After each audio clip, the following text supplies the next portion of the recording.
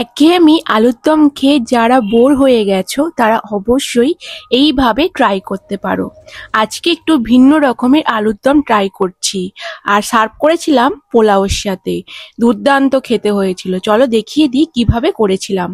প্রথমে এখানে আলুর দমের সাইজে আলুগুলোকে কেটে নিয়েছি, এরপর ভালো করে ধুয়ে নিয়েছি। দেখতেই পাচ্ছ কাঁটা চামচের হেল্পে কিন্তু আমি এইভাবে ছিদ্র করে দিচ্ছি। এই ছিদ্র করলে আলুর মধ্যে লবণ, তেল, মশলা সমস্তটাই ঢোকে এবং আলুগুলোকে ভীষণ সুন্দর লাগে খেতে।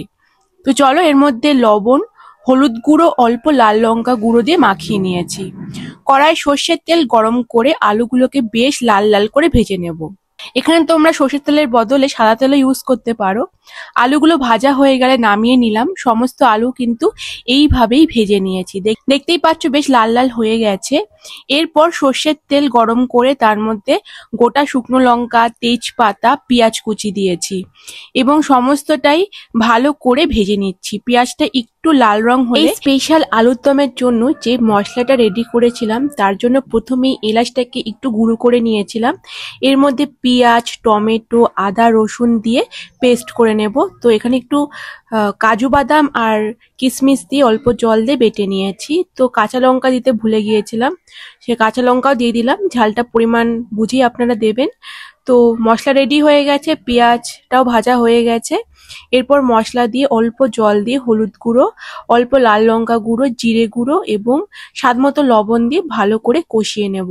একটু ঢাকা চাপা দিয়ে কষানোটা হয়ে গেলে কিন্তু আমি ভেজে রাখা আলুগুলোকে দিয়ে মশলার সাথে আরেকটু ভাজা ভাজা করব।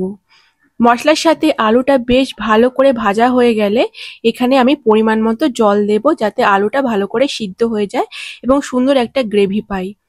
তো একটুখানি দেওয়ার পর ভালো করে মিশিয়ে দিয়ে ঢেকে রাখলাম। আলু কিন্তু মোটামুটি সিদ্ধই হয়ে গেছে।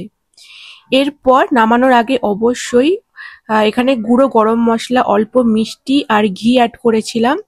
আর এরপর ঢাকা দিয়ে আরেকটু রেখে দিয়েছিলাম।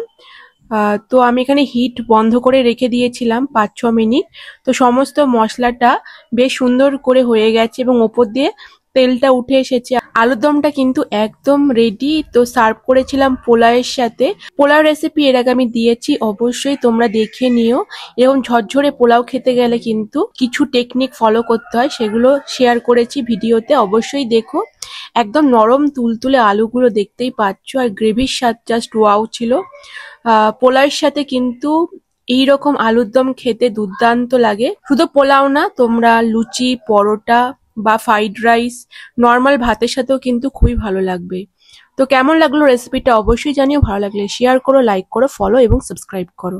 আজকের মতো এখানেই এন্ড করলাম।